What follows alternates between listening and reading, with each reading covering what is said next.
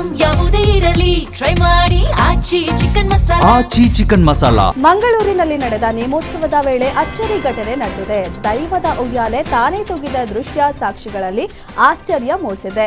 ಶ್ರೀ ಜಾರಂದಾಯ ದೇವಸ್ಥಾನದಲ್ಲಿ ನಡೆದ ಪಿಲಿಚಂಡಿ ನೇಮೋತ್ಸವದ ವೇಳೆ ದೈವದ ಮಂಚದ ಬಳಿ ಇರಿಸಲಾದ ತೂಗುಯ್ಯಾಲೆ ತಾನೇ ತೂಗಲು ಆರಂಭಿಸಿತು. ನೇಮೋತ್ಸವಕ್ಕೆ ಗಗ್ಗರ ಇಡುವ ವೇಳೆ ಈ ಘಟನೆ ಸಂಭವಿಸಿದೆ ಎಂದು ಭಕ್ತರು ಹೇಳಿಕೊಂಡಿದ್ದಾರೆ. ನೇಮೋತ್ಸವ ಸಂದರ್ಭದಲ್ಲಿ ಪಿಲಿಚಂಡಿ ದೈವ ಉಗ್ರಾವೇಶದಲ್ಲಿದ್ದಾಗ ಸಿಡಿತದ ಮಾಧುರ್ಯ ಸದ್ದು ಕೇಳಿಬಂದಿತು. ಹೊಳ್ಳರ ಚಾವಡಿಯಲ್ಲಿ ಇರಿಸಲಾದ ತೂಗುಯ್ಯಾಲೆ ಯಾವುದೇ ಸ್ಪಷ್ಟ ಸ್ಪರ್ಶವಿಲ್ಲದೆ ತೂಗಿದ ದೃಶ್ಯ ಭಕ್ತರಲ್ಲಿ ಭಕ್ತಿ ಮತ್ತು ಅಚ್ಚರಿ ಹೆಚ್ಚಿಸಿದೆ.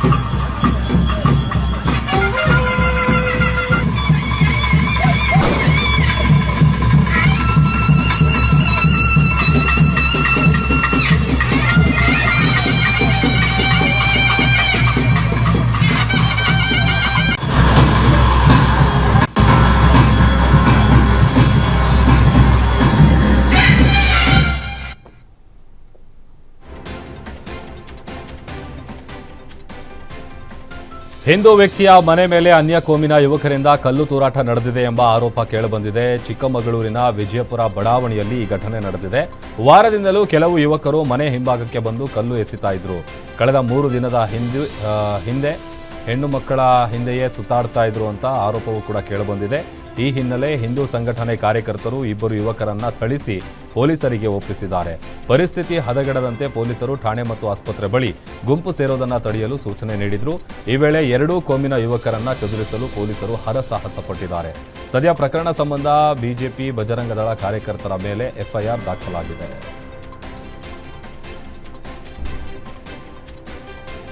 ಚಿಕ್ಕಮಗಳೂರಿನಲ್ಲಿ ಹಿಂದೂ ಮನೆ ಮೇಲೆ ಕಲ್ಲು ತೂರಾಟ ಪ್ರಕರಣಕ್ಕೆ ಗೃಹ ಸಚಿವ ಡಾಕ್ಟರ್ ಜಿ ಪರಮೇಶ್ವರ್ ಪ್ರತಿಕ್ರಿಯಿಸಿದ್ದಾರೆ. ಮಂಗಳೂರಿನಲ್ಲಿ ಮಾತನಾಡಿದ ಅವರು, ಈಗಾಗಲೇ ಘಟನೆ ಸಂಬಂಧ ಕ್ರಮ ತೆಗೆದುಕೊಳ್ಳಲಾಗಿದೆ. ಕಾನೂನು ಪ್ರಕಾರ ಪೊಲೀಸರು ಕ್ರಮ ತೆಗೆದುಕೊಳ್ಳುತ್ತಾರೆ. ಪೊಲೀಸರು ಪಿಸಿಆರ್ ಆಕ್ಟ್ ಅಡಿ ಪ್ರಕರಣ ದಾಖಲಿಸುತ್ತಾರೆ ಎಂದು ಹೇಳಿದರು.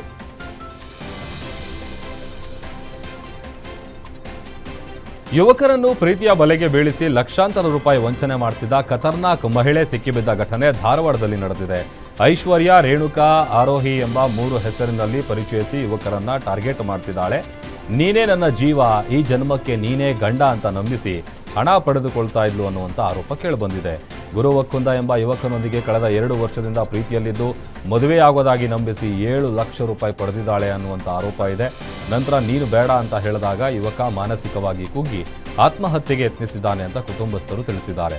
ಆಸ್ಪತ್ರೆಗೆ ಬಂದಿದ್ದ ಮಹಿಳೆಯನ್ನ ಗುರು ಕುಟುಂಬಸ್ಥರು ಪ್ರಶ್ನಿಸಿ 7 ಲಕ್ಷ ವಾಪಸ್ ಕೊಡು, ಇಲ್ಲ ಅಂತ ಅಂದ್ರೆ ಮದುವೆಯಾಗುವಂತ ಒತ್ತಾಯಿಸಿದ್ದಾರೆ. ಈ ವೇಳೆ ಸ್ಥಳದಲ್ಲೇ ಗಲಾಟೆ ನಡೆದಿದ್ದು ನಡು ರಸ್ತೆಯಲ್ಲೇ ತಪ್ಪಿಸಿಕೊಳ್ಳಲು ಯತ್ನಿಸಿದ್ರು. ಖತರ್ನಾಕ್ ಲೇಡಿಯನ್ನ ಬೆನ್ನಟ್ಟಿ ಹಿಡಿದಿದ್ದಾರೆ. ಗಂಡ ಹೆಂಡತಿ ಜಗಳದ ರಾಜಿ ಪಂಚಾಯಿತಿಗೆ ಬಂದವರ ಮೇಲೆ ಗ್ರಾಮಸ್ಥರು ಹಲ್ಲೆ ನಡೆಸಿದ ಘಟನೆ ಬೆಳಗಾವಿ ಜಿಲ್ಲೆ ಬೆನಕನಹಳ್ಳಿ ಗ್ರಾಮದಲ್ಲಿ ನಡೆದಿದೆ.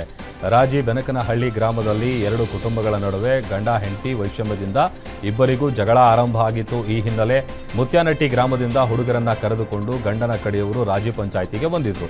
ಆದರೆ ರಾಜಿ ಮಾತುಕತೆಗೆ ಬಂದವರನ್ನೇ ಗ್ರಾಮಸ್ಥರು ಹೊಡೆದು ಓಡಿಸಿದ್ದಾರೆ.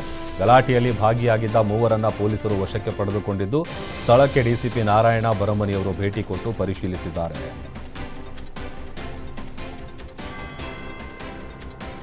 ಹೊಸ ಶಾಲೆಗಳ ಪರ್ಮಿಷನ್ಗಾಗಿ ಹೊಸ ನಿಯಮಗಳು ಜಾರಿಗೊಳಿಸಿದ್ದು ಮಕ್ಕಳ ಸುರಕ್ಷತೆಯನ್ನು ಖಚಿತಪಡಿಸುವ ದೃಢೀಕರಣ ಪ್ರಮಾಣ ಪತ್ರವನ್ನು ಒದಗಿಸಬೇಕೆಂದು ಆದೇಶ ಹೊರಡಿಸಿದೆ. ಈ ಪ್ರಮಾಣ ಪತ್ರದಲ್ಲಿ ವೈಯಕ್ತಿಕ ಸುರಕ್ಷತೆ, ಸೆಕ್ಸುವಲ್ ಸೇಫ್ಟಿ ಮತ್ತು ಎಮೋಷನಲ್ ಸೇಫ್ಟಿ ಕುರಿತ ಮಾಹಿತಿ ಇರಬೇಕು ಎಂದು ಹೇಳಲಾಗಿದೆ. ಈ ಆದೇಶಕ್ಕೆ ಖಾಸಗಿ ಶಾಲಾ ಆಡಳಿತದಲ್ಲಿ ಅಸಮಾಧಾನ ಉಂಟಾಗಿದೆ. ತಮಗೆ ಗೊತ್ತಿರುವಂತೆ ಮಕ್ಕಳ ತಾಯಿ ತಂದೆಯರು ಸಹ ಪ್ರಮಾಣ ಪತ್ರ ಕೊಡಲು ಸಿದ್ಧರಲ್ಲ. ಒಂದೊಂದು ಮಕ್ಕಳು ಒಂದೊಂದು ರೀತಿಯ ಭಾವನೆ ಹೊಂದಿದ್ದಾರೆ. ಶಾಲಾ ಆಡಳಿತ ಮಂಡಳಿಯವರು ಈ ಆದೇಶವನ್ನು ಪುನರ್ ಪರಿಶೀಲಿಸಿ ಸ್ಪಷ್ಟ ಮಾರ್ಗದರ್ಶನ ನೀಡಲು ಶಾಲಾ ಶಿಕ್ಷಣ ಇಲಾಖೆಗೆ ಮನವಿ ಮಾಡಿದ್ದಾರೆ.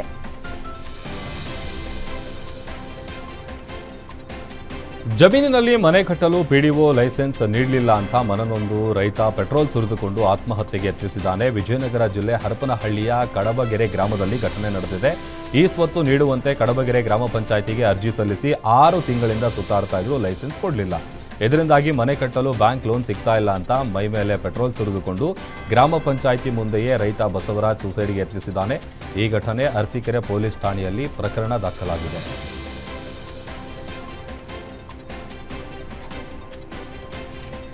ಮಾರುಕಟ್ಟೆಯಲ್ಲಿ ಬ್ಯಾಡಗಿ ಮೆಣಸಿನಕಾಯಿಗೆ ಭರ್ಜರಿ ಬೇಡಿಕೆ ಕಂಡು ಬಂದಿದ್ದು, ಡಬ್ಬಿ ಮೆಣಸಿನಕಾಯಿಗೆ ಪ್ರತಿ ಕ್ವಿಂಟಾಲ್ಗೆ 89,999 ಹಾಗೂ ಕಡ್ಡಿ ತಳಿ 69,999ಕ್ಕೆ ಮಾರಾಟವಾಗಿ ದಾಖಲೆ ನಿರ್ಮಿಸಿದೆ. ರೋಣ ತಾಲೂಕಿನ ಯುವ ರೈತ ವಿಜಯ್ ಕುಮಾರ್ ಸಜ್ಜನರ ಸಾವಯವ ಪದ್ಧತಿಯಲ್ಲಿ ಬೆಳೆದ ಬೆಳೆ ಈ ಐತಿಹಾಸಿಕ ದರಕ್ಕೆ ಸಾಕ್ಷಿಯಾಗಿದೆ. 60 ವರ್ಷಗಳ ಮಾರುಕಟ್ಟೆ ಇತಿಹಾಸದಲ್ಲೇ ಇದು ಗರಿಷ್ಠ ಬೆಲೆಯಾಗಿದ್ದು, ರಾಸಾಯನಿಕ ಮುಕ್ತ ಕೃಷಿ ಮಾಡಿದ 23 ವರ್ಷದ ಪದವೀಧರ ರೈತನ ಸಾಧನೆಗೆ ಎಲ್ಲೆಡೆ ಶ್ಲಾಘನೆ ವ್ಯಕ್ತವಾಗ್ತಿದೆ.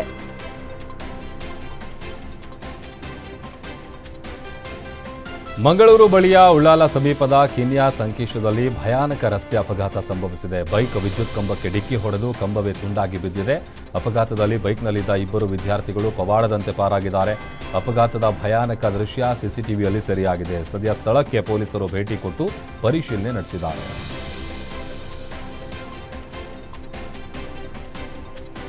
ರಸ್ತೆ ದಾಟುವಾಗ ಬೈಕ್ ಡಿಕ್ಕಿಯಾಗಿ ಯುವತಿ ಸಾವನ್ನಪ್ಪಿರುವ ಘಟನೆ ಬೆಂಗಳೂರಿನ ರಾಜ್ಕುಮಾರ್ ರಸ್ತೆಯ HDFC ಬ್ಯಾಂಕ್ ಎದುರು ನಡೆದಿದೆ. 27 ವರ್ಷದ ಯೋಗೇಶ್ವರಿ ಮೃತ ದುರ್ದೈವಿ.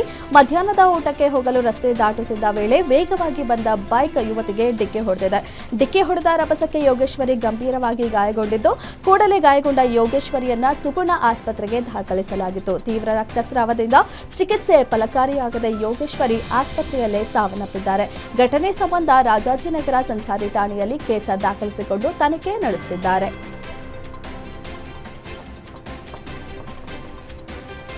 ಲಾಡ್ಜ್ ಒಂದರಲ್ಲಿ ಅಂಕಲ್ ಮತ್ತು ಲೇಡಿ ಆತ್ಮಹತ್ಯೆಗೆ ಯತ್ನಿಸಿರುವ ಘಟನೆ ಬಾಗಲಕೋಟೆಯ ತೇರದಾಳದಲ್ಲಿ ನಡೆದಿದೆ. 25 ವರ್ಷದ ಅಕ್ಷತಾ ಹಾಗೂ 45 ವರ್ಷದ ಗುರುಪಾದಯ್ಯ ಇಬ್ಬರು ರಾಯಲ್ ಲಾಡ್ಜ್ನಲ್ಲಿ ಬೆಂಕಿ ಹಚ್ಚಿಕೊಂಡು ಆತ್ಮಹತ್ಯೆಗೆ ಯತ್ನಿಸಿದ್ದಾರೆ.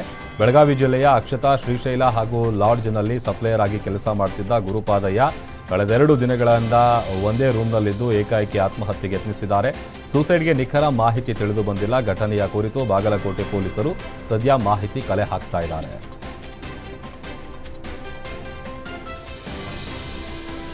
ಶಾಲೆಯ ಆವರಣದಲ್ಲಿ ಇದ್ದ ಬಾವಿಗೆ ಬಿದ್ದು ಬಾಲಕ ಆತ್ಮಹತ್ಯೆ ಮಾಡಿಕೊಂಡಿರುವ ಘಟನೆ ಕಲಬುರಗಿ ಜಿಲ್ಲೆ ಬಬಲಾದ ಗ್ರಾಮದಲ್ಲಿ ನಡೆದಿದೆ. ಗ್ರಾಮದ ಡಾನ್ ಬಾಸ್ಕೋ ಶಾಲೆಯಲ್ಲಿ ವ್ಯಾಸಂಗ ಮಾಡುತ್ತಿದ್ದ ವಿದ್ಯಾರ್ಥಿ ಗುರು ಕಳೆದ 3 ದಿನಗಳ ಹಿಂದೆ ನಾಪತ್ತೆಯಾಗಿದೆ. ಇಂದು ಶಾಲೆಯ ಆವರಣದಲ್ಲಿರುವ ಬಾವಿಯಲ್ಲಿ ಬಾಲಕ ಮೃತದೇಹವಾಗಿ ಪತ್ತೆಯಾಗಿದ್ದಾನೆ. 2 ದಿನಗಳ ಹಿಂದೆ ಶಾಲೆಯ ಬಳಿಯಿದ್ದ ಬೈಕ್ ತೆಗೆದುಕೊಂಡು ಹೋಗಿ ಗೋಡೆಗೆ ಡಿಕ್ಕಿ ಹೊಡೆದಿದ್ದು, ಈ ಹಿನ್ನೆಲೆ ಪ್ರಾಂಶುಪಾಲರು ಬೈಕ್ ರಿಪೇರಿಗೆ ದುಡ್ಡು ಕೊಡುವಂತೆ ಹೇಳಿದ್ರು. ಇದರಿಂದ ಹೆದರಿ ವಿದ್ಯಾರ್ಥಿ ಗುರು ಆತ್ಮಹತ್ಯೆ ಮಾಡಿಕೊಂಡಿದ್ದಾನೆ ಎಂದು ಶಂಕಿಸಲಾಗಿದೆ.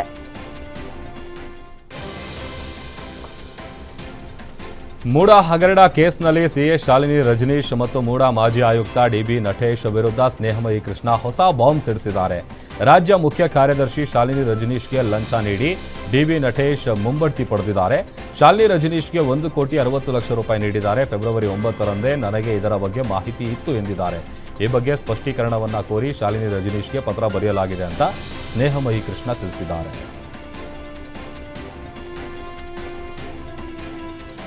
ಬೆಂಗಳೂರಿನ ಎಲೆಕ್ಟ್ರಾನಿಕ್ ಸಿಟಿಯ ಹೊಸ ರೋಡ್ ಸಮೀಪ ಭಯಾನಕ ರಸ್ತೆ ಅಪಘಾತ ಸಂಭವಿಸಿದೆ. ಚಲಿಸುತ್ತಿದ್ದ ಬೈಕ್ ನಿಯಂತ್ರಣ ತಪ್ಪಿ ಮುಂದೆ ಸಾಗ್ತಿದ್ದ ಆಟೋಗೆ ಡಿಕ್ಕಿ ಹೊಡೆದ ನಂತರ ಮಹಿಳೆ ಕೆಳಗೆ ಬಿದ್ದಿದ್ದಾರೆ. ಘಟನೆಯಲ್ಲಿ ಮಹಿಳೆಗೆ ಗಂಭೀರ ಗಾಯಗೊಂಡಿದ್ದು, ಸ್ಥಳೀಯ ಖಾಸಗಿ ಆಸ್ಪತ್ರೆಗೆ ದಾಖಲಿಸಲಾಗಿದೆ. ಅಪಘಾತದ ದೃಶ್ಯ ಕಾರಿನ ಡ್ಯಾಶ್ ಬೋರ್ಡ್ ಕ್ಯಾಮೆರಾದಲ್ಲಿ ಸೆರೆ ಹಿಡಿಯಲಾಗಿದೆ. ಸ್ಥಳಕ್ಕೆ ಸಂಚಾರಿ ಪೊಲೀಸ್ ಭೇಟಿ ನೀಡಿ ಪರಿಶೀಲನೆ ನಡೆಸಿದ್ದಾರೆ. ಪೊಲೀಸರ ಮೇಲೆ ಕೈ ಮಾಡಿ ಕುಡುಕ ರಂಪಾಟ ಮಾಡಿದ ಘಟನೆ ಬೆಂಗಳೂರಿನಲ್ಲಿ ನಡೆದಿದೆ. ಕುಡಿದ ನಶೆಯಲ್ಲಿ ಪೊಲೀಸರ ಬೈಕ್ ತಳ್ಳಿ ರಾದಾಂತ ಮಾಡಿದ್ದಾನೆ. ಅದಲ್ಲದೆ ಕುಡಿದು ವಾಹನ ಓಡಿಸಿ ಬೇರೆಯವರಿಗೆ ಆಕ್ಸಿಡೆಂಟ್ ಮಾಡ್ತೀಯಾ, ಈಗ ಗಾಡಿ ಓಡಿಸಬೇಡ ಅಂತ ಅವನಿಗೆ ಸ್ಥಳೀಯರು ಬುದ್ಧಿ ಹೇಳಿದ್ದಾರೆ. ಇದಕ್ಕೆ ಸಿಟ್ಟಾಗಿ ಅವನು ನೀನ್ ಯಾರು ಅಂತ ಸ್ಥಳೀಯರ ಮೇಲೆ ಕಿರಿಕ್ ಮಾಡಿ ಫೋನ್ ಮೂಲಕ ಪೊಲೀಸ್ ಕರೆ ಮಾಡಿದ ಸ್ಥಳೀಯರಿಗೂ ಹಲ್ಲೆ ನಡೆಸಿದ್ದಾನೆ. ಸ್ಥಳಕ್ಕೆ ಬಂದ ಪೊಲೀಸ್ ಸಿಬ್ಬಂದಿ ಜೊತೆಗೂ ಕಿರಿಕ್ ಮಾಡಿ ಹಲ್ಲೆ ನಡೆಸಿದ್ದಾನೆ. ಅಪಘಾತದಲ್ಲಿ ಮಗ ಮೃತಪಟ್ಟಿದ್ದಕ್ಕೆ ತಂದೆ ತಾಯಿ ಮನನೊಂದು ಆತ್ಮಹತ್ಯೆ ಮಾಡಿಕೊಂಡಿರುವ ಘಟನೆ ಛತ್ತೀಸ್ಗಢದಲ್ಲಿ ನಡೆದಿದೆ. ಕೃಷ್ಣ ಪಟೇಲ್ ಮತ್ತು ಪತ್ನಿ ರಮಾಬಾಯಿ 4 ಪುಟಗಳ ಡೆತ್ ನೋಟ್ ಮತ್ತು ವಿಡಿಯೋ ಮಾಡಿಟ್ಟು ಆತ್ಮಹತ್ಯೆಗೆ ಶರಣಾಗಿದ್ದಾರೆ. ದಂಪತಿಗೆ ಏಕೈಕ ಪುತ್ರನಾಗಿದ್ದ ಆದಿತ್ಯ 2024ರಲ್ಲಿ ರಸ್ತೆ ಅಪಘಾತದಲ್ಲಿ ಸಾವನ್ನಪ್ಪಿದ್ದ. ಈ ಘಟನೆಯಿಂದ ಮನನೊಂದು ಹೊರಬರಲಾಗದೆ ದಂಪತಿ ಸಾವಿಗೆ ಶರಣಾಗಿದ್ದಾರೆ. ಇಂದು ವರ್ಷದ ಚೊಚ್ಚಲ ಸೂರ್ಯಗ್ರಹಣ ಸಂಭವಿಸಲಿದ್ದು ಆಕಾಶದಲ್ಲಿ ಚಿನ್ನದ ಉಂಗುರದಂತಹ ದೃಶ್ಯ ಕಂಗೊಳಿಸಲಿದೆ. ಈ ಅಪರೂಪದ ವಿದ್ಯಮಾನ ಅಂಟಾರ್ಟಿಕಾ, ದಕ್ಷಿಣ ಆಫ್ರಿಕಾ ಮತ್ತು ಅಮೆರಿಕದ ಕೆಲವು ಭಾಗಗಳಲ್ಲಿ ಗೋಚರಿಸಲಿದೆ. ಆದರೆ ಭಾರತದಲ್ಲಿ ಈ ಗ್ರಹಣ ಕಾಣಿಸದ ಕಾರಣ ಯಾವುದೇ ಧಾರ್ಮಿಕ ನಿರ್ಬಂಧಗಳು ಅಥವಾ ಸೂತಕದ ನಿಯಮಗಳು ಅನ್ವಯಿಸುವುದಿಲ್ಲ. ವಿಜ್ಞಾನಿಗಳ ಪ್ರಕಾರ ಇದು ಈ ವರ್ಷದ ಅತ್ಯಂತ ರೋಚಕ ಖಗೋಳ ವಿದ್ಯಮಾನಗಳಲ್ಲಿ ಒಂದಾಗಿದೆ. ಮುಂದೆ ಆಗಸ್ಟ್ನಲ್ಲಿ ಪೂರ್ಣ ಸೂರ್ಯಗ್ರಹಣ ಸಂಭವಿಸಲಿದೆ.